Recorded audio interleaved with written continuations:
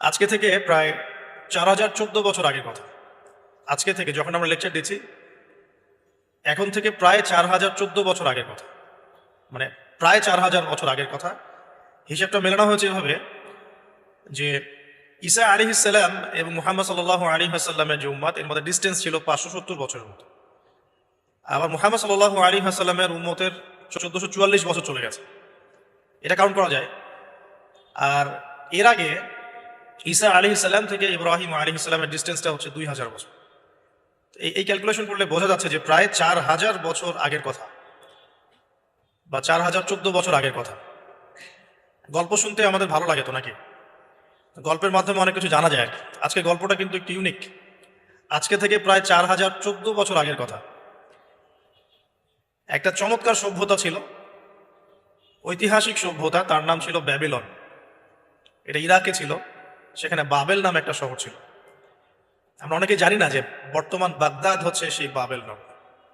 বর্তমান বাগদাদ হচ্ছে সেই বাবেল নগরী। আর বাবেল সম্পর্কে আল কোরআনে কিন্তু আয়াত আছে। আল কোরআন এমন একটা কিতাব, বিস্ময়কর কিতাব, যেখানে সবকিছুই নাজিল করা হয়েছে। তো আল্লাহ পাক সূরা কাহফে তো বলেছেন, ওয়ালাকাদ সাররাফনা ফি হাযাল কুরআন লিন-নাসি মিন কুল্লি মাসাল। আমি এই কোরআনে মানব জাতির জন্য প্রত্যেকটা বিষয়কেই ব্যাখ্যা করেছি। ওয়া নাযালনা আলাইকাল কিতাবা তিবয়ানান লিকুল্লি শাই। হে নবী, আমি আপনার প্রতি এমন একটা কিতাব নাজিল করেছি যেটা তিবয়ানান লিকুল্লি শাই, প্রত্যেকটা বিষয়কে ব্যাখ্যা করে। যারা আহলে কোরআন ভ্রান্ত আকীদার অনুসারী, তারা কিন্তু এই আয়াত থেকেই দলিল পেশ করে যে কোরআন তো তিবয়ানান লিকুল্লি শাই, প্রত্যেকটা বিষয়ের ব্যাখ্যা। তার নতুন করে হাদিসের কি প্রয়োজন আছে? এটা আমাদের আলোচনার টপিক না, আমরা ওদিকে যাচ্ছি না। তো আল্লাহ পাক কোরআনে কিন্তু বাবেল নগরীর কথা বলেছেন। সূরাতুল বাকারার 101-2 এই আয়াতগুলোতে আছে। এই বাবেল নগরী তৎকালীন সময় জাদুবিদ্যার একটা আকড়া ছিল আর কি। এর আগে আমরা জানি সুলাইমান আলাইহিস সালামের সময় ওই হারুত আর মারুত দুজন ফেরেশতাকে দিয়ে মানুষকে পরীক্ষা করা হয়েছিল। এই ঘটনাটা সূরা বাকারার 101-2 এই আয়াতগুলোর মধ্যে আছে, দেখে নিন। আমি রেফারেন্সগুলো বলে দিলাম। এখানে এই বাবেল নগরীর কথাটা আছে, ঠিক আছে? তো এই নগরীতে প্রায় 4014 বছর আগে একটা ফুটফুটে সুন্দর শিশু জন্ম নেয়। দেখতে খুবই সুন্দর, অমায়িক, দেখলেই মানে মন কেড়ে নেওয়ার মতো সুন্দর। এমন কিছু বাচ্চা থাকে কিন্তু দেখলে আদর করতে ইচ্ছা করে, মন কেড়ে নেওয়ার মতো, ইউনিক, সবার চেয়ে আলাদা। এবং জন্ম নিয়েছে সে এমন একটা পরিবারে, যেই পরিবার তৎকালীন সময়কার যে জালেম শাসক নমরুদ, তার প্রধান পুরোহিত, তার নাম আজার। তৎকালীন বাবেলের শাসনকর্তার নাম হচ্ছে নমরুদ এবং তার প্রধান পুরোহিতের নাম আজার। তার ঘরেই জন্ম নিয়েছেন এই তাওহীদের শেকর ইব্রাহিম আলাইহিস সালাম। আল্লাহ পাকের কি মানে, আল্লাহ পাক কি না করতে পারেন। যেখানেই আবু জেহেল, সেখানেই মুহাম্মদ সাল্লাল্লাহু আলাইহি ওয়াসাল্লামের জন্ম হয়। যেখানেই নমরুদ, সেখানে ইব্রাহিমের মতো মানুষ আসেন। যেখানেই ফেরাউন, সেখানে আবার মূসা আসেন। মূসাকে আল্লাহ রাব্বুল আলামিন ফেরাউনের ঘরেই মানুষ করলেন। ইব্রাহিম আলাইহিস সালামকে আল্লাহ পাক আজারের ঘরেই মানুষ করলেন। আজকে আমরা দেখি এরকম সিটি অফ আখিরুজ জামানে কিছু কিছু দিনী বোন চেহারা না দেখানোর জন্য আন্দোলন করছে। চিন্তা করতে পারেন, যেখানে যত বেশি জাহেলিয়াত, সেখানে তত পাক্কা মুসল্লি জন্ম নেবে, মুমিন জন্ম নেবে ইনশাআল্লাহ। যেখানে যত বেশি জাহেলিয়াত, সেখানে তত শক্তিশালী মুমিনদের জন্ম হবে ইনশাআল্লাহ। তো এখন তৎকালীন নমরুদ যে সভ্যতার অধিবাসী ছিল, এই সভ্যতাটাকে আমরা বলি কালাডীয় সভ্যতা। এটাকে কালাদীয় সভ্যতা বলা হয়। এটা মূলত জাদুর জন্য একটু বিখ্যাত ছিল, যেটা রেফারেন্স আমি দিলাম সুলাইমান আলাইহিস সালামের যুগ থেকে। এখানে আজারের ঘরে জন্ম নিয়েছেন আমাদের নবীগণের পিতা, যা মুসলিম জাতির পিতা ইব্রাহিম আলাইহিস সালাম। সুবহানাল্লাহ। বলা বাহুল্য যে নমরুদ কিন্তু 400 বছর বেঁচে ছিল, এবং 400 বছর হায়াত পাওয়ার পরে সে মনে করছিল যে সে কখনো মারা যাবে না। এরপরেই সে নিজেকে খোদা দাবি করা শুরু করেছে। আর এই বাচ্চা ছেলেটা বড় হতে লাগলো। যারা সমাজকে পরিবর্তন করে, তারা কিন্তু সমাজের স্রোতে গা ভাসায় না। নবী সাল্লাল্লাহু আলাইহি ওয়াসাল্লামের জন্মটা একটু মিলাই এটার সাথে। আমাদের নবীও ঠিক এরকমই একটা সমাজে জন্ম নিয়েছে। ইব্রাহিম আলাইহিস সালাম যেমন জন্ম নিয়েছেন শিরকে ভরা সমাজে, চতুর্দিকে মূর্তি পূজা হচ্ছে, ইভেন তার বাসায় তার বাবা হচ্ছে মূর্তি পূজারীদের সর্দার, তার ঘরে তিনি জন্ম নিয়েছেন। ঠিক তেমনি রাসূল সাল্লাল্লাহু আলাইহি ওয়াসাল্লাম যে মক্কায় জন্ম নিয়েছেন, সেই মক্কা ছিল শিরকের আকড়া। সেখানে লাত, উজ্জা, হুবল, মানাতে পূজা হতো। সুদ ছিল, জিনা ছিল, ব্যভিচার ছিল, মাদক ছিল, গোত্রীয় হানাহানি ছিল, নারীর অবমাননা ছিল। এরকম আইয়ামে জাহিলিয়াতেও নবী সাল্লাল্লাহু আলাইহি ওয়াসাল্লাম জন্ম নিয়েছেন। নবী সাল্লাল্লাহু আলাইহি ওয়াসাল্লাম, ইব্রাহিম আলাইহিস সালাম, দুজনের চেহারাও একরকম ছিল। দুজনের চেহারার গঠনটাও একরকম ছিল, দেহের গঠনও একরকম ছিল। মেরাজের রাতে নবী সাল্লাল্লাহু আলাইহি ওয়াসাল্লাম দেখে এসেছিলেন যে ইনি কে, যাকে দেখতে হুবহু আমার মতো লাগছে। জিবরাইল আলাইহিস সালাম বলেছেন, ইনি আপনার পিতা ইব্রাহিম আলাইহিস সালাম। সুবহানাল্লাহ। ঠিক তেমনি আমরা খেয়াল করে দেখি যে জীবনের যে চড়াই উতরাই, পারিবারিক জীবন, সামাজিক জীবন, হিজরতের জীবন, দিন প্রতিষ্ঠা ইত্যাদি, প্রত্যেকটা ডিপার্টমেন্টেও ইব্রাহিম আলাইহিস সালাম আর মুহাম্মদ সাল্লাল্লাহু আলাইহি ওয়াসাল্লামের মধ্যে একটা চরম মিল আছে। এটা আমরা আস্তে আস্তে এই গল্পের ভিতরে গেলে বুঝতে পারবো। আর এই কারণেই হয়তোবা আল্লাহ ভালো জানেন, এই কারণেই হয়তোবা আমরা যখন তাশাহুদের পর দরুদ পড়ি, আমরা দরুদের মধ্যে অন্য নবীর নাম নিচ্ছি না, আমরা মুহাম্মদ সাল্লাল্লাহু আলাইহি ওয়াসাল্লামের সাথে ইব্রাহিম আলাইহিস সালামের নাম নিচ্ছি। হতে পারে এটা একটা কারণ, আল্লাহ ভালো জানেন। এখন এরকম পরিবেশে বড় হতে লাগলেন ইব্রাহিম আলাইহিস সালাম। আমি একটু আগে বলেছি, যারা সমাজকে পরিবর্তন করে তারা কখনো সমাজের জাহিলিয়াতের স্রোতে গা ভাসায় না। মুহাম্মদ সাল্লাল্লাহু আলাইহি ওয়াসাল্লাম সমাজ পরিবর্তন করেছেন আইয়ামে জাহিলিয়াতকে মাত্র 23 বছরের ব্যবধানে, কিন্তু তিনি কিন্তু জাহিলিয়াতের সাথে গা ভাসান নাই। তিনি কখনো সুদ খাননি, তিনি কখনো মূর্তি পূজা করেন নাই, তিনি কখনো কোনো অন্যায় গুনাহ করেন নাই, তিনি কখনো মাদকদ্রব্যের কাছেও যান নাই, কিন্তু সমাজটা ছিল এগুলোতে নিমজ্জিত। ঠিক ইব্রাহিম আলাইহিস সালামের ক্ষেত্রেও সেই, তিনি একজন প্রধান পুরোহিতের ঘরে জন্ম নিয়েও কখনো মূর্তির ধার কাছে যান নাই। বরং একটু যখন বড় হচ্ছেন, একটু বড় বলতে ম্যাচিউরড, আমাদের টিকটক প্রজন্মের মতো না, এরা 20-30 বছর হয়ে গেল ম্যাচিউরড হয় না, বুদ্ধি প্রতিবন্ধী, বিকলাঙ্গ। ইভেন ইদানিং আমাদের মেয়েরা ছেলে হচ্ছে, আমাদের নারীরা এখন পুরুষত্ব দেখাচ্ছে, আমরা পুরুষরা ফেসবুকে একটা স্ট্যাটাস দিয়ে ক্ষান্ত হয়ে থাকি। এইটুকু আমাদের দায়িত্ব উম্মার প্রতি। আর এখানে আমরা দক্ষতা অর্জন করেছি অনেক, আমরা সবাই কিবোর্ড মুজাহিদ, আমরা এটা মনে করি। এটাই যুদ্ধ, এটাই জিহাদ। আর নারীরা মাঠে যুদ্ধ করছে এখন, সম্ভ্রমের জন্য, অধিকারের জন্য ইত্যাদি। ফ্যামিলিস্ট রেভলিউশনের দিকে তাকালেও তাই দেখা যায়। ছেলেরা এখন বেকার হয়ে যাচ্ছে, কিন্তু মেয়েরা স্বাবলম্বী হচ্ছে। তারা দিনদার নয়, এই মেয়েগুলো দিনদার নয়, কিন্তু জীবনে প্রতিষ্ঠিত হওয়ার জন্য লড়ছে, চ্যালেঞ্জ গ্রহণ করেছে। এটা ছেলেদের উচিত ছিল। তা আজারের ঘরে জন্ম নিয়ে আসে ইব্রাহিম কিন্তু চ্যালেঞ্জ গ্রহণকারী একটা ছেলে। সে এখন তার পিতাকে বলছে, কি বলছেন? আমরা একটু কোরআনের ভাষা শুনি। আল্লাহ রাব্বুল আলামিন বলছেন, সূরা মারিয়ামের মধ্যে এসেছে ঘটনাটা 41 থেকে 45 নম্বর আয়াতের মধ্যে। আল্লাহ পাক বলছেন, ওয়াযকুর ফিল কিতাবি ইব্রাহিম বা'দা আউযু বিল্লাহি মিনাশ শাইতানির রাজীম। হে নবী মুহাম্মদ সাল্লাল্লাহু আলাইহি ওয়াসাল্লাম, আপনি এই কিতাবে ইব্রাহিমের ঘটনা বর্ণনা করুন। ইয ক্বালা লিআবিহি, যখন ইব্রাহিম তার বাবাকে বললেন, তার বাবা মানে আযারকে বললেন, ইয়া আবাতি, হে আমার বাবা, লিমা তা'বুদু, তুমি কেন ইবাদত করো এমন সত্তার, মা লা ইয়াসমাউ, যে শুনতে পারে না, ওয়ালা ইউবসিরু, দেখতেও পারে না, ওয়ালা ইউগনি আনকা শাইআ, তোমার কোনো উপকার করতে পারে না। একটা ছেলে যার বয়স হবে 15 থেকে 20, হয়তো বা হাইয়েস্ট, তার কাছে কি এমন জ্ঞান আসলো যে সে তার বাবাকে এখন চ্যালেঞ্জ করছে? তার জ্ঞানতাত্ত্বিক যুদ্ধ শুরু হলো, আদর্শিক যুদ্ধ শুরু হলো বাবার সাথে। হে আমার বাবা, আপনি কেন এমন সত্তার ইবাদত করছেন যে শুনতেও পারে না? অসারতা দেখিয়ে দেওয়া হচ্ছে চোখে আঙ্গুল দিয়ে, দেখতেও পারে না, আপনার তো কোনো উপকারও করতে পারে না, কোনো ক্ষতিও করতে পারে না। ওয়ালাম ইউগনি আনকা শাইআ, ইয়া আবাতি, হে আমার বাবা, ইয়া আবাতি ইন্নী আখাফু আন ইয়ামাসসাকা আযাবুম মিনার রাহমানি ফাতাকুনা লিশ-শাইতানি ওয়ালিয়্যা, হে আমার বাবা, আমি ভয় পাচ্ছি যে আপনার উপরে না আবার আল্লাহ পাকের গজব নেমে আসে এবং আপনি শয়তানের ওলি না হয়ে যান। ওলি মানে কি? বন্ধু, বন্ধু, শয়তানের বন্ধু না হয়ে যান। ইয়া আবাতি ইন্নী ক্বাদ জাআনি মিনাল ইলম মা লাম ইয়াতিকা ফাত্তাবি'নি আহদিকা সিরাতান সাওয়্যা। কি চমৎকার কথা! ছোট্ট ছেলেটা বলছে, হে আমার বাবা, আমার কাছে একটা জ্ঞান আসছে, জ্ঞান, আমার কাছে একটা জ্ঞান এসেছে যেটা তোমার কাছে আসে নাই। ফাত্তাবি'নি, তুমি আমার অনুসরণ করো।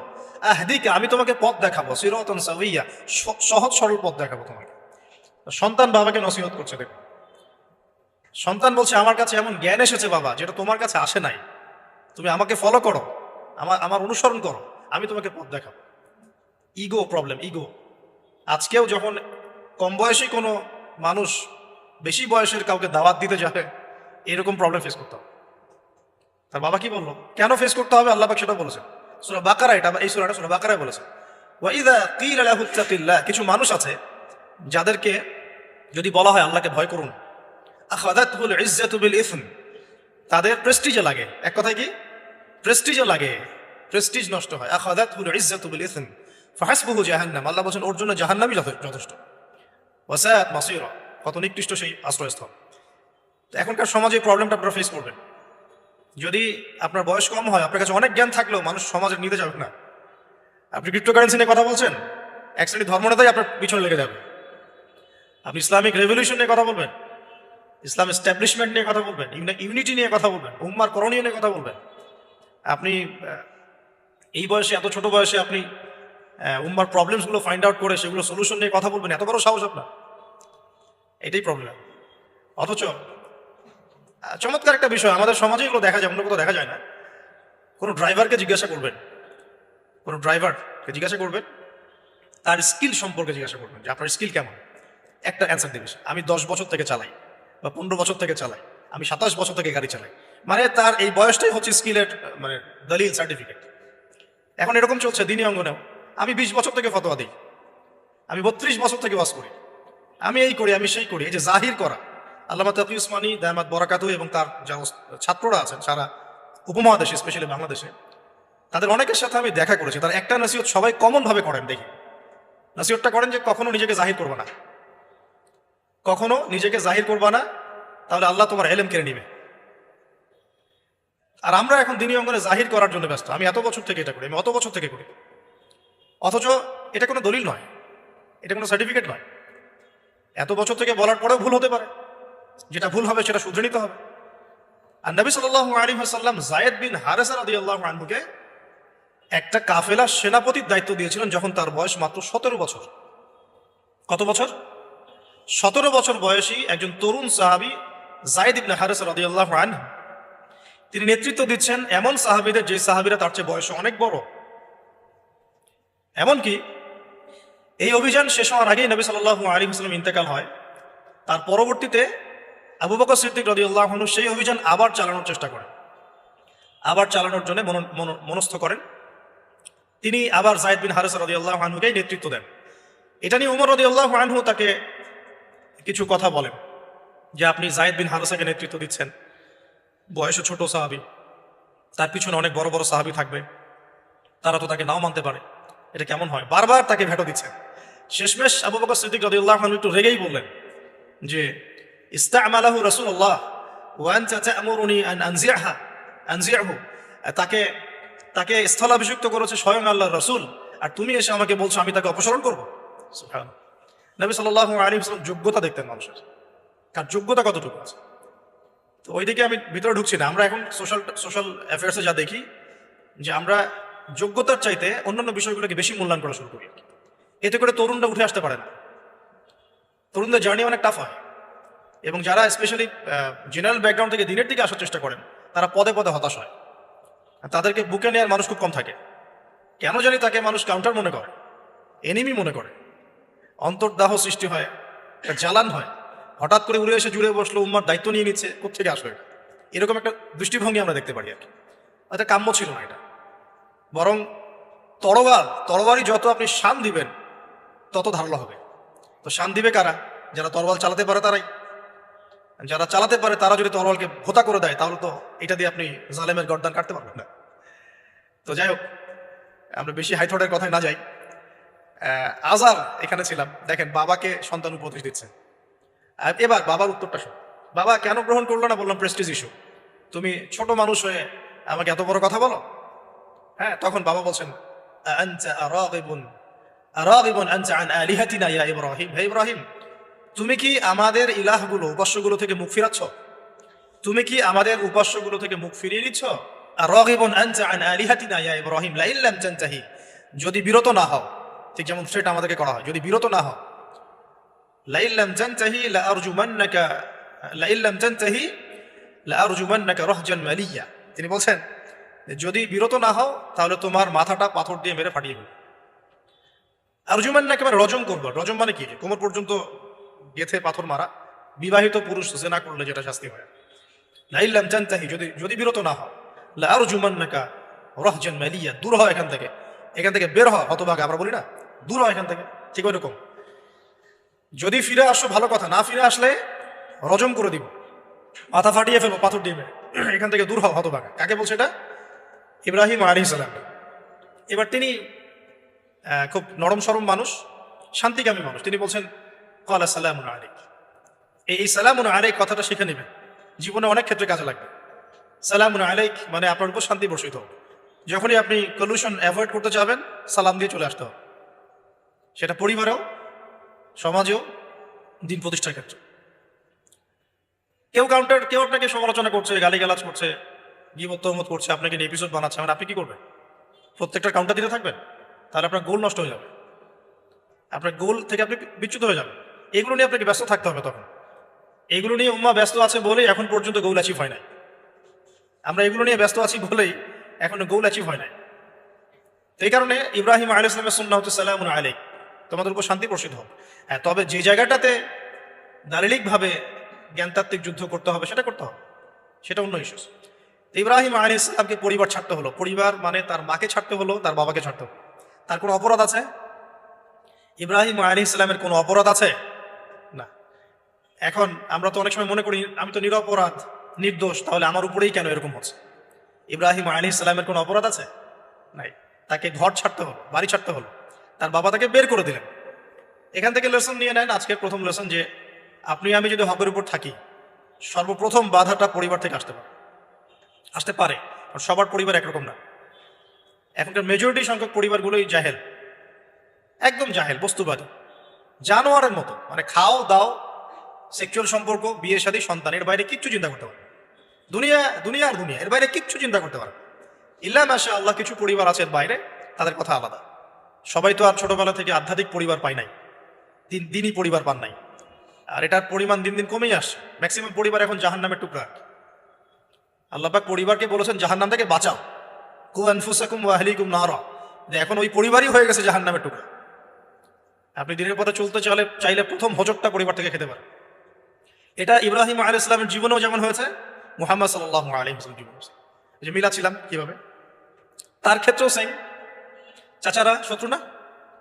চাচারা শত্রু, আশপাশের মানুষ শত্রু। চাচা এসে বাড়ির সামনে খড়কুটা ফেলে দিয়ে যায়, চাচি এসে ময়লা আবর্জনা ফেলে দিয়ে যায়, কেউ গালি দেয়, কত সমস্যা। যখন নিজের মানুষটা আপনার এগেনস্টে চলে যায় তখন মনটা ভেঙে যাবে স্বাভাবিক। কারণ নিজের মানুষটা, সারা দুনিয়া যদি আপনার বিপক্ষেও থাকে, কাছের কিছু মানুষ আপনার পক্ষে থাকে, তখন আপনি বাসাতে অ্যাটলিস্ট সিংহ, তখন বাসা থেকে এনার্জি নিয়ে বাইরে যুদ্ধ করতে পারবেন। কিন্তু বাহিরে সবাই মোটামুটি ধরেন যে আপনার পজিটিভ, কিন্তু বাসায় এসে দেখলেন যে বাসায় আপনার কোনো রকম অনুকূল পরিবেশ নাই, তখন বাইরে সিংহ হলে বাসায় বিড়াল হয়ে থাকতে হবে। দেখেন ইব্রাহিম আলাইহিস সালামের জীবনে আর মুহাম্মদ সাল্লাল্লাহু আলাইহি ওয়াসাল্লামের জীবনে একটা স্পেশাল নিয়ামত ছিল, সেটা হলো স্ত্রীদের নিয়ামত। বাহিরের মানুষ অনেক কিছু বলছে, গালিগালাজ করছে, মারছে, কাটছে, থুতু দিচ্ছে, সমালোচনা করছে, কিন্তু বাসায় ইব্রাহিম আলাইহিস সালামের আছেন সারা, হাজেরা, আর মুহাম্মদ সাল্লাল্লাহু আলাইহি ওয়াসাল্লামের আছেন খাদিজা রাদিয়াল্লাহু আনহা। অ্যাটলিস্ট বাসায় আপনি একটা কি বলবো, যে বড় একটা প্রশান্তির জায়গা আপনার বাসায় আছে। তো এটা একটা বড় নিয়ামত যেটা ইব্রাহিম আলাইহিস সালাম এখন হারালেন কিভাবে? বাবা বাসা থেকে বের করে দিল। এখান থেকে বুঝতে হবে যে দিনের পথে চলতে গেলে প্রথম বাধা পরিবার থেকে আসতে পারে। তাই বলে তাদের সাথে কোনো রকমের দ্বন্দ্ব সংঘাতে যাওয়া যাবে না। সালামুন আলাইক, তোমাদের উপর শান্তি বর্ষিত হোক। ইব্রাহিম বলছেন সালামুন আলাইক, হে বাবা আপনার উপর শান্তি বর্ষিত হোক। তাই না, আরো বলছেন সাস্তাগফিরু লাকা রব্বি, আমি আপনার জন্য আল্লাহর কাছে ক্ষমা চাইব ইনশাআল্লাহ। ইন্নাহু কানা বি হাফিয়া, তিনি আমার প্রতি খুব মার্সিফুল, আশা করি তিনি আমার দোয়া কবুল করবেন। কিন্তু যখন তিনি জানতে পেরেছিলেন যে তার বাবা শিরকের উপর আছেন, আল্লাহ পাক মাফ করবেন না, সূরা তওবার মধ্যে আছে, তখন থেকে তিনি আর ক্ষমা চান নাই, বাবার জন্য ক্ষমা চান নাই। তো এবার ইব্রাহিমের সফর শুরু হলো, একাকিত্বের সফর। তার মানে একটা বিষয় এটাও শিখতে হবে, হকপন্থীদের সাথে আল্লাহর দেয়া একটা বিশেষ নিয়ামত হচ্ছে একাকিত্ব। হকপন্থীদের লাইফে আল্লাহ পাকের পক্ষ থেকে একটা বিশেষ অনুগ্রহ হচ্ছে একাকিত্ব। মানে একাকিত্ব কেন নিয়ামত বললাম? কারণ একাকিত্ব মানুষকে আল্লাহ চিনিয়ে দেয়। অনেক আলেম দেখবেন যারা জেল টেল খেটে বের হয়েছেন, তারা সবাই একটা কথা বলবে, জেলখানায় আমরা আল্লাহকে চিনেছি। সব আলেমরাই কথা বলে যারা ওখান থেকে বের হয়ে আসে। কারণ একাকিত্ব মানুষকে গভীরভাবে ভাবায়, আল্লাহকে পাওয়ায়, আল্লাহর কাছে দোয়া করতে শেখায়, মানুষকে বোঝায় যে আল্লাহ ছাড়া কেউ নাই সাহায্য করার। তো যারা হকপন্থী হয়, একাকিত্ব তাদের বরণ করতেই হয়। এটা মাথায় রেখে পথ চলতে হবে। ইব্রাহিম আলাইহিস সালাম পথ চলা শুরু করলেন। এবার কি হলো, তিনি কি বাসা থেকে বের হয়ে সেই এলাকা, ওই নমরুদের দেশ ছেড়ে চলে গিয়েছিলেন? উত্তর না। প্রথমে তিনি চলে যান নাই, প্রথমে তিনি ওই সমাজেই থেকেছেন, থেকে দাওয়াত দেওয়ার চেষ্টা করেছেন। ঠিক মুহাম্মদ সাল্লাল্লাহু আলাইহি ওয়াসাল্লাম। সমাজের মানুষ যখন নির্যাতন নিপীড়ন করছেন, তিনি কি শুরুতেই সমাজ ছেড়ে বের হয়ে চলে গেছেন? না, 13 বছর দাওয়াত দিয়েছেন। কত বছর? 13 বছর। তো ইব্রাহিম আলাইহিস সালাম সমাজের মানুষকে দাওয়াত দেন। কিভাবে দেন? কোরআনে এইভাবে ভাষা আসছে। আমি সূরাগুলোর নাম বলে দিই, আপনারা একটু চেক করে নিন। সূরা আম্বিয়ার মধ্যে আসছে, সূরা সফফাতের মধ্যে আসছে, সূরা আনআমের মধ্যে আসছে। তো তিনি দাওয়াত দেন এভাবে যে ওয়াইজ ক্বালা ইব্রাহিম, যখন ইব্রাহিম বললেন লিআবিহি ওয়া কওমিহি, তার বাবাকে এবং তার কওমকে বললেন, মা হাযিহি তামাসিলু আল্লাতী আনতুম লাহা আকিফুন, তোমরা এইসব কি মূর্তির উপাসনা করো, এদের চারপাশে ঘুরতে থাকো, কি সব করো? তো তারা বলে যে নাহনু বাল ওয়াজাদনা আবাআনা কাযালিকা ইয়াফআলুন, আমরা আমাদের বাপ দাদাদেরকে দেখেছি এইভাবেই করতে। তাদের রেফারেন্স কিন্তু এটাই ছিল। কোনো দালিলিক জ্ঞানতাত্ত্বিক যুক্তি বিজ্ঞান দর্শন এখানে নাই। দর্শন এখানে কি ফিলোসফিটা কি? বাপ দাদাদেরকে দেখেছি করছে। তো এটা দিয়ে আবার অনেক সময় বাংলাদেশে আবার একটা ট্রেন্ড চালু করা হয়েছে যে তোমরা দীর্ঘদিন 1200 বছর থেকে যে ইসলামটা ফলো করে আসছো ওটা ভুয়া, আমরা যেটা নতুন মডারেশন দিচ্ছি এটাই সঠিক। এই দলিল সেম না। এখানে অমুসলিমদেরকে দাওয়াত দেওয়া হচ্ছে। অমুসলিমরা বলছে যে আমরা বাপ দাদাদেরকে দেখেছি যে তারা এইভাবেই মূর্তি পূজা করতো, আমরা তাই করি। এটার সাথে কি হানাফি মাযহাবকে মিলাবেন আপনি? হ্যাঁ, হানাফি মাযহাব বাপ দাদা থেকে চলে আসে, ভুয়া, নতুন যেটা দিচ্ছি এটাই সঠিক। আস্তাগফিরুল্লাহ। তো আমরা হাত চেঞ্জ করাটাকে এখন মনে করি হিন্দু থেকে মুসলমান হইলাম মনে হয়। হাত বদল করাটাকে মনে হয় যে হিন্দু থেকে মুসলমান হয়েছি। গভীরে ঢোকেন ওলামায়ে কেরামদের মানে দার্সে গিয়ে বসে গভীরে ঢুকলে বুঝতে পারবেন যে ইসলামিক স্কুল অফ থট গুলা প্রত্যেকটারই ভিত্তি আছে। এগুলোর গভীর শেকড় আছে, ভিত্তি আছে। আল্লাহ, রাসূল এবং রাসূলের সাহাবীগণ, এই তিনটাকেই মানতে হবে। আপনি যদি বলেন যে আমি সাহাবীদেরকে মানি না, খালি আল্লাহ এবং রাসূলকে মানি, তাহলে আল্লাহকে রাসূলকে মানতে পারবেন না। সাহাবীদের অনুসরণ না করে রাসূলকে ফলো করতে পারবেন না। তো ওইটা আজকের ইস্যু না, এটা ফিকহি অনেক ব্যাপার, গভীর ব্যাপার, এটা অন্যদিন কথা হবে। এই দলিল কিন্তু সেম করা যাবে না যে আমরা বাপ দাদা থেকে দেখে আসছি তোমরা নামাজ এইভাবে পড়ো, এই নামাজ ওই দলিল চলবে না, আমারটা ঠিক। এটা ঠিক না। নামাজ যেটা পড়ে আসে তারা, এটা ঠিক আছে। এর প্রত্যেকটা দলিলের মধ্যে অথেন্টিসিটি আছে। এরকম করে সমাজে ফিতনা ছড়ানো ঠিক হবে না, বিভ্রান্তি ছড়ানো ঠিক হবে। এখন আসুন ইব্রাহিম আলাইহিস সালামকে কি অ্যান্সার দিচ্ছেন? আমরা আমাদের পিতা মাতাদেরকে দেখেছি, বাপ দাদাকে দেখেছি এরকম তাওয়াফ করতে, মূর্তির চারপাশে পূজা করতে, নজর দিতে। তো ইব্রাহিম আলাইহিস সালাম বলছেন যে হাল ইয়াসমাউনাকুম, এই মূর্তিগুলো কি তোমাদেরকে শুনতে পারে? ইয তাদউন, যখন তোমরা একে ডাকো। হাল ইয়ানফাউনাকুম, তোমাদের কোনো উপকার আসতে পারে? আও ইয়াদুররুকুম, তোমাদের কোনো ক্ষতি করতে পারে? তার দলিলগুলো কিন্তু অকাট্য। ইব্রাহিম আলাইহিস সালামের দলিলগুলো কিন্তু এখানে, যুক্তিগুলো কিন্তু অকাট্য। আসলে কি সে শুনতে পারে? আসলে কি সে দেখতে পারে? আসলে কি সে তোমার উপকার করতে পারে? তাদের কিন্তু কিছু বলার নাই এখানে। তারা বলছে বাল ওয়াজাদনা আবাআনা কাযালিকা ইয়াফআলুন, আমাদের পিতা মাতা বাপ দাদাদেরকে দেখেছি এইভাবেই করতে। ইব্রাহিম আলাইহিস সালাম বলছেন যে ইন্নাকুম আনতুম লাফি দালালিম মুবিন, তোমরা তো সুস্পষ্ট বিভ্রান্তির মধ্যে আছো। তাও তো এরকম আরো অনেক আয়াত আছে সূরা সফফাতের মধ্যে। ওয়া ইন্না মিন শিআতিহি লা ইব্রাহিম ইয জাআ রাব্বাহু বিকলবিন সালিম ইয ক্বালা লিআবিহি ওয়া কওমিহি মাযা তা'বুদুন, তোমরা কিসের ইবাদত করো? আইফকান আলিহাতান দুনাল্লাহি তুরিদুন, তোমরা কি আল্লাহ সম্পর্কে মিথ্যা আরোপ করতে চাচ্ছ? ফামা যান্নুকুম বিরাব্বিল আলামিন, আল্লাহ রাব্বুল আলামিন সম্পর্কে তোমাদের কি ধারণা? এভাবে তিনি তার কওমকে দাওয়াত দিতে লাগলেন। ঠিক তাদের কওমের দলিল একটাই ছিল, বাপ দাদাদেরকে দেখেছি এভাবে মূর্তি পূজা করতে, তাই করি। সনাতন, এটা ছিল কি? সনাতন থটস। অথচ সর্বপ্রথম এটা শুরু হয় কোন নবীর আমল থেকে? নূহ আলাইহিস সালাম। নূহ আলাইহিস সালামের যুগের মানুষ সর্বপ্রথম এই মূর্তি পূজা শিরক করেছে। এর আগে মূর্তি পূজা ওয়ার্ল্ডে ছিল না, নূহ আলাইহিস সালামের যুগ থেকে শুরু হয়েছে। তাহলে এটাকে আমরা সর্বোচ্চ পর্যায়ে সনাতন বলতে পারি না। তারও আগে যে সময় চলে গেছে, ওই সময় মানুষ তাওহীদপন্থী ছিল। আদম আলাইহিস সালামের যুগে তখন মানুষ এই কাজ করতো না। শুরুটা কেমন করে হলো? ভালো উদ্দেশ্যেই শুরু হয়েছিল, ভালো মনে করে। কেমন? যে মানুষ এরকম চিন্তা করে নিয়েছিল যে এই মানুষগুলো লাত, উজ্জা, হুবল, ইয়াগুথ, ইয়াউক, নাসর, ইয়াগুথ, ইয়াউক, নাসর, এই ভালো মানুষগুলো আল্লাহর খুব নেককার বান্দা ছিলেন। তাদের স্ট্যাচু তৈরি করা যায়, তৈরি করলে কি হবে? এগুলোকে দেখলে আমাদের আগ্রহ জন্মাবে ইবাদত করার ব্যাপারে। এটা ছিল ওদের থটস। শয়তান এভাবেই তাদেরকে ইনফ্লুয়েন্স করেছিল আর কি। তারা তাই করলো। এই জেনারেশনটা যখন মারা গেল, পরের জেনারেশন যখন আসলো, তখন শয়তান ওদেরকে বোঝালো, ধরেন 100-200 বছর পরে বোঝালো যে ওরা খুব ভালো মানুষ ছিল, ওদের মূর্তিকে মসজিদের বাইরে না রেখে ভিতরে ঢুকিয়ে ফেলো, তাদেরকে সেজদা করতে হবে না, ভিতরে ঢুকিয়ে ফেলো, ইবাদতে মনোযোগ আসবে। পরের জেনারেশন এই কাজটাই করলো। থার্ড জেনারেশনকে শয়তান বোঝালো যে সরাসরি ওদের কাছে চাইলেই হবে, তারা আল্লাহ পাকের অনেক মানে কি আনুগত্য প্রাপ্ত নৈকট্য প্রাপ্ত বান্দা, সরাসরি তাদের কাছে চাইলেই হবে। আল্লাহর কাছে চাওয়া এখানে চাওয়া একই কথা, ওখানে সেজদা করা এখানে সেজদা করা একই কথা। এখান থেকে শুরু হলো সরাসরি স্ট্যাচু ওয়ার্শিপ, সরাসরি স্ট্যাচু ওয়ার্শিপিং এখান থেকে শুরু হয়েছে। তা আমরা আমাদের হিন্দু ভাই বোন যারা আছেন, আমাদের আশপাশে অমুসলিম ভাই বোন, তাদের প্রতি সম্মান রেখেই এই হিস্ট্রিগুলো পড়তে বলবো আর কি, এবং যুক্তি দর্শনগুলো খুঁজতে বলবো। আসলে কি তারা শুনতে পায়? আসলে কি সে আমার কোনো উপকার করতে পারে? আসলে কি সে আমার কোনো ক্ষতি করতে পারে? আসলে কি সে সৃষ্টিকর্তার প্রতিমূর্তি হতে পারে কিনা? তো আমরা এটা আহ্বান জানাবো, আমরা কারো ধর্মীয় অনুভূতিতে আঘাত করব না। ইসলাম আমাদেরকে এটা শিখায় না। ইসলাম এটা শিখায় যে মানুষকে হিকমার সাথে প্রজ্ঞার সাথে দাওয়াত দেয়া, যাতে করে তারা জাহান্নামের রাস্তা থেকে ফিরে আসতে পারে।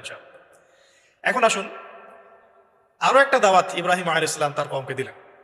সেটা কি? এবার এখানে সমাজের মানুষের সাথে ওই সমাজের ধর্ম নেতারাও ছিল। সমাজে কিন্তু কয়েক শ্রেণী মানুষ থাকে, মানে সামাজিক নেতা, ধর্মনেতা, রাষ্ট্রনেতা।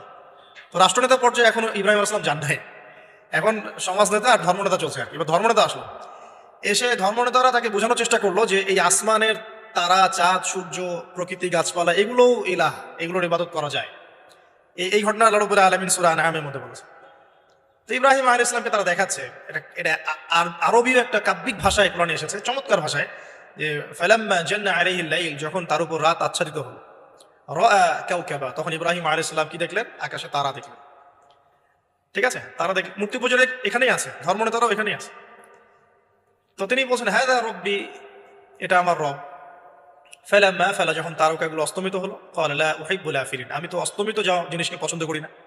রব তো অস্তমিত যাবে না, এখানেও যুক্তি লাগবে, তো আমার ফিলোসফি লাগবে, আমার এখানে দর্শন লাগবে, এখানে তো আমাকে মানে প্রজ্ঞা দিয়ে বোঝাতে হবে। এটা তো অস্তমিত হয়ে গেল, এটা তো রব হতে পারে না। ফালাম্মা রাআল কামারা বাযিগান, যখন সে চাঁদকে দেখলো জলজল করছে একদম। আর এখনকার চাঁদ দেখা আগের চাঁদ দেখা তো এক না, এখন তো আমরা চাঁদের আলোই খুঁজে পাই না, তখনকার চাঁদ তো অন্যরকম। তো বাযিগান মানে জলজল করছে। তখন তিনি বললেন হাযা রব্বি, এটা আমার রব। তখন ফালাম্মা ফালা, যখন এটাও অস্তমিত হয়ে গেল, তিনি বলছেন লা ইল্লাম ইয়াহদিয়ানি রব্বি লাকুনান্না মিনাল কওমিদ দাল্লিন, আল্লাহ যদি আমাকে হেদায়েত না দেন তাহলে আমি এই দল্লিনদের অন্তর্ভুক্ত হয়ে যাব। ইব্রাহিম আলাইহিস সালাম বলছেন ফালাম্মা রাআ শামসা বাযিগাতান, যখন এবার সূর্যকে দেখলেন দিনের বেলা, এটা তো আরো বড়। হাযা রব্বি হাযা আকবার, এটা আমার রব, এটা সবচেয়ে বড়। হাযা আকবার, এটা সবচেয়ে বড়। ফালাম্মা ফালাত, এটা যখন অস্তমিত হয়ে গেল, তখন তিনি বলছেন এই কথাটা যে ইয়া কওমি ইন্নী বারিউম মিম্মা তুশরিকুন, হে আমার কওম, তোমরা যেগুলোকে দিয়ে আল্লাহর সাথে শরীক করছো, এখান থেকে আমি আমার চেহারাকে ফিরিয়ে নিলাম। সুবহানাল্লাহ। তখন তিনি এই কথাটা বলেন ইন্নী ওয়াজ্জাহতু ওয়াজহিয়া লিল্লাযী ফাতারাস সামাওয়াতি ওয়াল আরদা হানিফা ওয়া মা আনা মিনাল মুশরিকিন, আমি আমার চেহারাকে ফিরিয়ে নিচ্ছি এই আসমান সমূহ এবং জমিনের সৃষ্টিকর্তার দিকে, এবং আমি মুশরিকদের অন্তর্ভুক্ত নই। ইন্না সলাতি ওয়া নুসুকি ওয়া মাহইয়ায়া ওয়া মামাতি লিল্লাহি রাব্বিল আলামিন, আমার সালাত, আমার কুরবানি, আমার স্যাক্রিফাইস, আমার জীবন, আমার ফুল লাইফ, আমার মৃত্যু, সবকিছু কার জন্য? জগৎ সমেত প্রতিপালক আল্লাহর জন্য। লা শারীকা লাহু, তার কোনো শরীক নাই। ওয়া বিযালিকা উমিরতু, এই একনিষ্ঠভাবে তার ইবাদত করার জন্যই আমি আদিষ্ট হয়েছি। ওয়া বিযালিকা উমিরতু ওয়া আনা মিনাল মুসলিমিন, এবং আমি মুসলিমদের অন্তর্ভুক্ত। এই শুরু হলো এবার পুরো স্পষ্টভাবে তাওহীদের ঘোষণা দেয়া। তবে ইব্রাহিম আলাইহিস সালামের এক একটা পদক্ষেপ কি যৌক্তিক না, বৈজ্ঞানিক না, এবং অকাট্য প্রমাণ আছে না, এগুলোকে কিন্তু ভেদ করতে পারছে না তারা। এবার ইব্রাহিম আলাইহিস সালাম চিন্তা করলেন তারা এবার উচিত শিক্ষা দিতে হবে। তবে আগে বলে নেই, এই যে উচিত শিক্ষাটার কথা বলছে, এটা আবার আপনারা খবরদার ভুলেও কোথাও দিতে যায় না, ঠিক আছে? এটারও সময় আছে। ইব্রাহিম আলাইহিস সালামের সাথে নবী সাল্লাল্লাহু আলাইহি ওয়াসাল্লামের জীবনের মিলের কথা বলছিলাম। নবী সাল্লাল্লাহু আলাইহি ওয়াসাল্লাম মক্কা বিজয়ের আগে কি কখনো মূর্তির গায়ে হাত দিয়েছেন কিনা? বলেন, দিয়েছেন? যখন মক্কা বিজয় হয়ে গেছে, পুরো স্টেটই আপনার, অথরিটি আপনার, তখন আপনি আপনার অ্যাকশন নিতেই পারেন, সেটা আপনার ব্যাপার, তখন আপনি কি করবেন? মুহাম্মদ সাল্লাল্লাহু আলাইহি ওয়াসাল্লাম কাবা ঘরে ঢুকে তখন মূর্তি ভেঙেছেন এবং বলেছেন ওয়াকুল জাআল হক ওয়া যাহাকাল বাতিল ইন্নাল বাতিলা কানা যাহুকা, তাই না? তো ইব্রাহিম আলাইহিস সালাম এবার শিক্ষা দেওয়ার চিন্তা করছেন। তিনি বলছেন যে যখন এরা মেলাতে যাবে, ওই উৎসবে যাবে, তখন আমি এদেরকে দেখে নিব। এটা কুরআন চমৎকার ভাবে বলেছে যে إذ قال لأبيه وقومه ماذا تعبدون إفكا آلهة دون الله تريدون فما ظنكم برب العالمين فراغ إلى آلهتهم فقال ألا تأكلون। ইব্রাহিম আলাইহিস সালাম এবার যখন ওরা মেলায় চলে গেছে, তো যাওয়ার আগে আবার ইব্রাহিম আলাইহিস সালাম বলছিলেন যে ইন্নী সাকিম, আমি হচ্ছি অসুস্থ। আমি কি অসুস্থ? নাযারা নাযরাতান ফিন নুজুম, ইব্রাহিম আলাইহিস সালাম রাতের বেলা আকাশের দিকে তাকালেন একবার, তাকিয়ে ওদেরকে বললেন যে ইন্নী সাকিম, আমি অসুস্থ। এটা কৌশল, আমি অসুস্থ। এটা কৌশল। এই কৌশল আবার সব জায়গায় খাটাতে যায় না। তো এবার যখন তারা চলে গেল, ফারাগা ইলা আলিহাতিহিম ফাকালা আলা তাকুলুন, এবার তিনি ওই মূর্তি গৃহ যেটা ওদের, ওখানে ঢুকে বলছেন যে আলা তাকুলুন, তোমাদের কি হলো, খাচ্ছ না কেন? কাদেরকে বলছে এই কথা? মূর্তি, খাচ্ছ না কেন? আলা তাকুলুন ফারাগা ইলা আলিহাতিহিম ফাকালা আলা তাকুলুন মা লাকুম লা তানতিকুন, কি হলো, কথা বলছো না কেন? মা লাকুম লা তানতিকুন, কি হলো, কথা বলছো না কেন? এবার ফারাগা আলাইহিম দরবান বিল ইয়ামিন, এবার ইয়ামিন মানে ডান হাত, ডানাতে যা পেয়েছিলেন আর কি, তা দিয়ে সবগুলোকে ভেঙে চুরমার করে দিয়েছে। ব্যাস। এবার ওরা যখন আসলো, এসে বলছে যে আনতা ফাআলতা হাযা বিআলিহাতিনা ইয়া ইব্রাহিম, হে ইব্রাহিম তুমি কি আমাদের উপাস্যদের সাথে এই কাজ করেছো? ইব্রাহিম বলছেন লা, না, বাল লা আসলে কোরআনে নাই, আমি নিজের মতো করে বললাম আরবি বলতে বলতে, বাল ফাআলাহু কাবীরুহুম হাযা, বরং এই বড়টা এই কাজ করছে। এর মধ্যে সবচেয়ে বড় যেটা আছে এই বেটার কাজ, আমি করি নাই, আমি তো করি নাই। তখন ওরা তো এটা তো হতভম্ব হয়ে গেল, যে সে বলছে যে তুমি তো জানো, তুমি তো খুব ভালো করেই জানো যে তারা কথা বলতে পারে না, নড়াচড়া করতে পারে না, কিছুই করতে পারে না। তখন তিনি বলেন তাহলে তোমরা কেন এমন ইলাহের উপাসনা করো যে কথাও বলতে পারে না, শুনতেও পারে না, দেখতেও পারে না, তোমার উপকারও করতে পারে না, ক্ষতিও করতে পারে না। কিন্তু এবারও কিন্তু যুক্তি নাই, কোনো তাদের কাছে কোনো দলিল নাই, কোনো প্রমাণ নাই, কোনো যুক্তি দর্শন কিছু নাই। এবার শুরু হলো জুলুম। জালেমের কাজ কি? যুক্তি, জ্ঞান, দর্শন, বিজ্ঞান এগুলো দিয়ে যখন পরাস্ত, এগুলো দিয়ে পারছি না, এবার পেশি শক্তি। এবার কি? পেশি শক্তি। ব্যাস, এবার পেশি শক্তি। ইব্রাহিম আলাইহিস সালামকে নিয়ে যাওয়া হচ্ছে নমরুদের দরবারে। এবার চলো, এবার তোমার আছে খবর আছে। এবার পুরো রিমান্ড হবে 7 দিনের।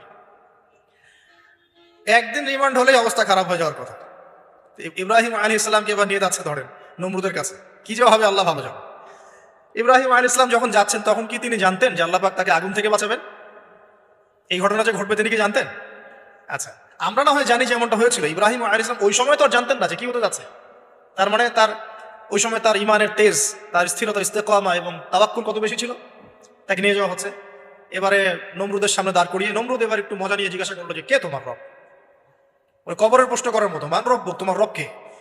তো ইব্রাহিম আলাইহিস সালাম বলছে রব্বি আল্লাযী ইউহয়ী ওয়া ইউমীত, আমার রব তিনি যিনি জীবন দেন মৃত্যুও দেন। এবার নমরুদ বলছে ক্বালা আনা উহয়ী ওয়া উমীত, আমি তো জীবন দিই আর মৃত্যু দেই। কিভাবে? একজন যাবজ্জীবন প্রাপ্ত আসামিকে ডেকে নিয়ে ছেড়ে দিল, দিয়ে বললো যে জীবন দিলাম। আর একজন আসামিকে ডেকে তৎক্ষণাৎ মৃত্যুদণ্ড দিয়ে মৃত্যু দিলাম। তো ইব্রাহিম দেখলেন আলাইহিস সালাম এ তো মোটা বুদ্ধির মানুষ, কারণ যে যত বড় জালেম হয় তার বুদ্ধি তত মোটা হয়, কিন্তু এটা মাথায় রাখবেন। ফেরাউনের মতো জুলুম মানুষের বুদ্ধি লোপ করে দেয়, আর শিরক মানুষের মধ্যে ভয় সঞ্চার করে। যখন আপনি শিরক করতে থাকবেন মনে খুব ভয় কাজ করবে। এবং মুশরিক বাহিনী কখনো ইসলামের বিজয় লাভ করতে পারে নাই। যে মুসলিম সেনাবাহিনীর মধ্যেও শিরক ছিল না, ওরা যুদ্ধের মাঠে পরাজিত হয়ে গেছে। ইতিহাস ঘাটবে, মুসলিম যে সেনাবাহিনীর মধ্যে শিরক ছিল ওই সেনাবাহিনী পরাজিত হয়ে গেছে। আবার অল্প গুটি কয়েক সেনাবাহিনী তারা তাওহীদপন্থী ছিল, তারা জয়লাভ করেছে। ইতিহাস ঘেটে দেখবেন। তো জুলুম কি করে বুদ্ধি লোপ পায়? নমরুদের বুদ্ধি লোপ পেয়ে গেল। তো ইব্রাহিম আলাইহিস সালাম বলছেন রব্বি আল্লাযী ইউহয়ী ওয়া ইউমীত, এ তো এটা বুঝলো না। তাহলে ইন্নাল্লাহা তাআলা ইন্নাল্লাহা ইয়াতি বিশ-শামসি মিনাল মাশরিক ফাতি বিহা মিনাল মাগরিব। ইব্রাহিম আলাইহিস সালাম বলছেন যে আল্লাহ রাব্বুল আলামিন, আমার আল্লাহ তিনি পূর্ব দিক থেকে সূর্য উঠান। তো তুমি যদি ইলাহ হয়ে থাকো তাহলে পশ্চিম দিক থেকে উঠাও। এটা আরো বড় অকাট্য দলিল হলো। তার অবস্থাটা আল্লাহ ব্যাখ্যা করছেন এভাবে, আল্লাহ বলছেন ফাবুহিতাল্লাযী কাফার, কাফের একদম হতভম্ব হয়ে গেল। হতভম্ব হয়তো লাভ নাই, বেশি শক্তি আছে আমার। তোমার যুক্তি, বিজ্ঞান, দর্শন, থিওরি তোমার দরকার নাই। তোমার দিনের জ্ঞানের এলিমেন্ট তোমার দরকার নাই। তোমার ওয়াজ নসিহতের আমার দরকার নাই। আমার কাছে কি আছে? বেশি শক্তি আছে। পিঠা সব সিধা করে ফেলা হয়ে গেল। ব্যাস, ইব্রাহিম আলাইহিস সালামের জন্য বলছে হাররিকুহু ওয়ানসুরু আলিহাতাকুম, একে জ্বালায় দাও, পুরাই দাও, একে জ্বালায় পুরাই দাও, তোমাদের ইলাহদেরকে সাহায্য করো। আল্লাহ পাক অন্য জায়গায় বলছেন যে ফাআরাদু বিহি কাইদান ফাজআলনাহুমুল আসফালিন, তারা ইব্রাহিম আলাইহিস সালামকে একটা বিশেষ বড় একটা কৌশল করল। এই কৌশলটা কি ছিল? তাকে অগ্নিকুণ্ডের মধ্যে ফেলে দেওয়ার একটা চেষ্টা করলো, আগুন জ্বালিয়ে রাখলো। বলা হয় 40 দিন, এগুলো হিস্ট্রি বা তাফসীর বলতে আসছে, আমি জাস্ট পুরান টেক্সট টু দ্য পয়েন্ট বলছি। তো আগুন দাউ দাউ করে জ্বলতে লাগলো, ওই ব্যাবিলন ওখানকার সব মানুষ দেখছে বিষয়টা। ইব্রাহিম আলাইহিস সালামকে ফেলে দেওয়া হবে। দেখেন, যখন ফেলে দেওয়া হবে তখন কি ইব্রাহিম জানতেন তিনি আগুনে পুড়বেন না? তিনি তাহলে প্রস্তুত ছিলেন, তিনি তখন জীবন দেওয়ার জন্য প্রস্তুত ছিলেন। ঠিক আছে, এখন তাকে ফেলে দেওয়া হচ্ছে। ঠিক ওই সময়ে জিবরাইল আলাইহিস সালামের আগমন। সুবহানাল্লাহ। তিনি এসে বলছিলেন যে আমার কাছে কোনো হাজত আছে নাকি আপনার? তখনও ইব্রাহিম আলাইহিস সালাম বলেছেন আপনার কাছে আমার কোনো হাজত নাই। হাসবি আল্লাহ ওয়া নি'মাল ওয়াকিল, এই যে কথাটা আমরা বলি হাসবুনাল্লাহু ওয়া নি'মাল ওয়াকিল, হাসবি আল্লাহ ওয়া নি'মাল ওয়াকিল, ইব্রাহিম আলাইহিস সালাম বললেন আল্লাহই আমার জন্য যথেষ্ট এবং তিনিই আমার উত্তম কর্মবিধায়ক। এরকম মোমেন্টে বান্দা যখন আল্লাহকে এভাবে চাবে, আল্লাহ রাব্বুল আলামিন না এসে পারবেন? তখনই পারবেন ইনশাআল্লাহ।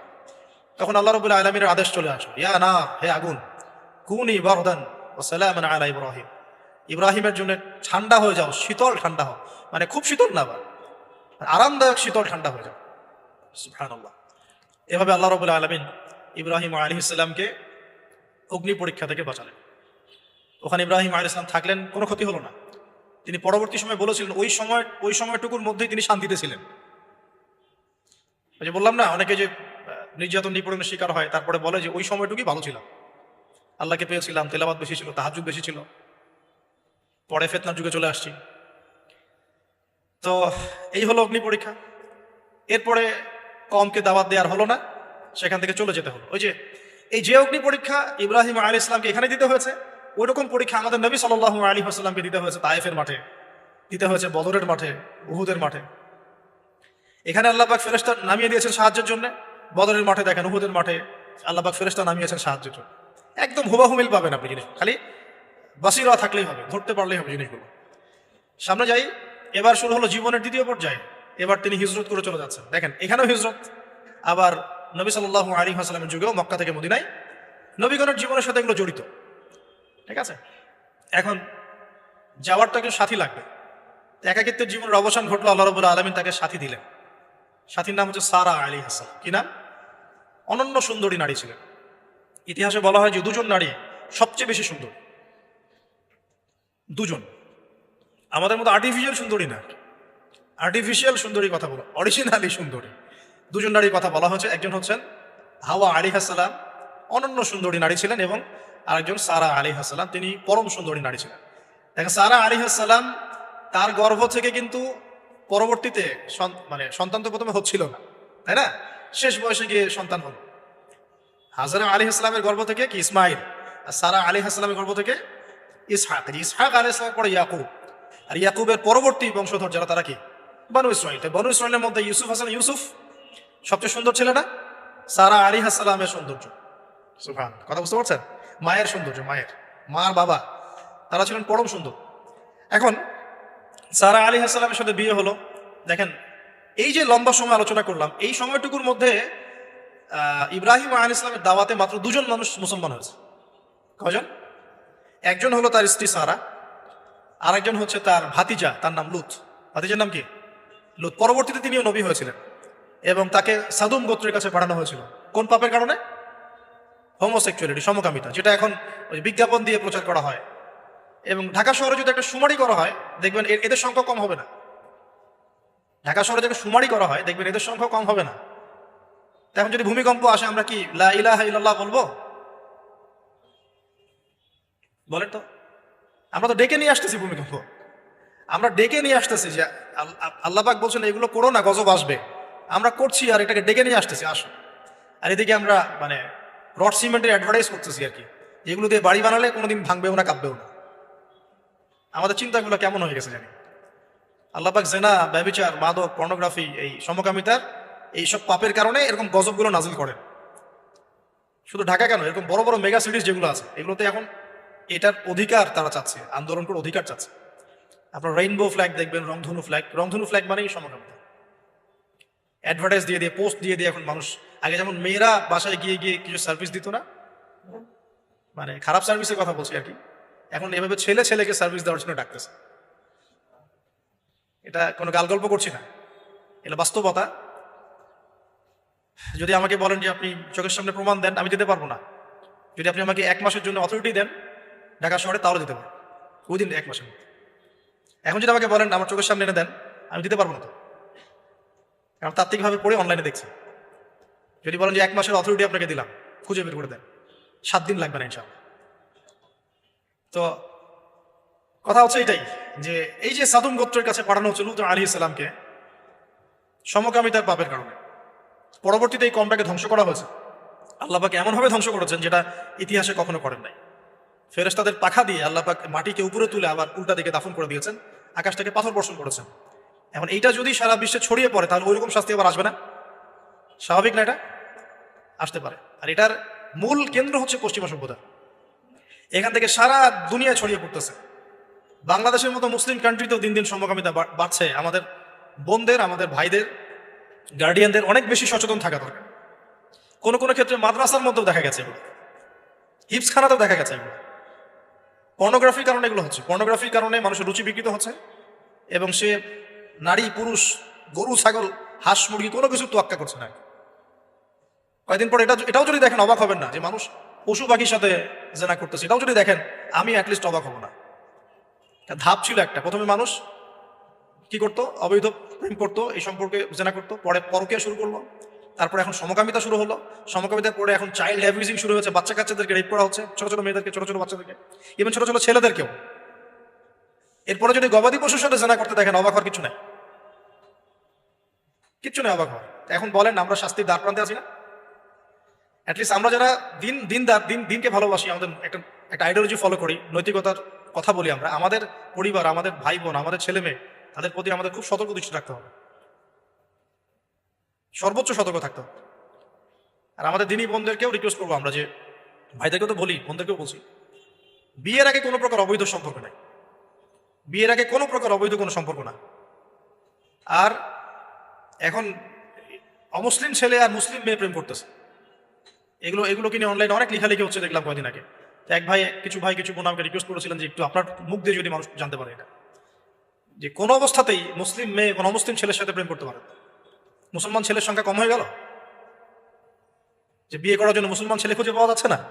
পরবর্তীতে তারা সেই মুসলিম বোনের ইজ্জত নষ্ট করে তাকে গর্ভবতী করে দিয়ে ভেঙে যাচ্ছে।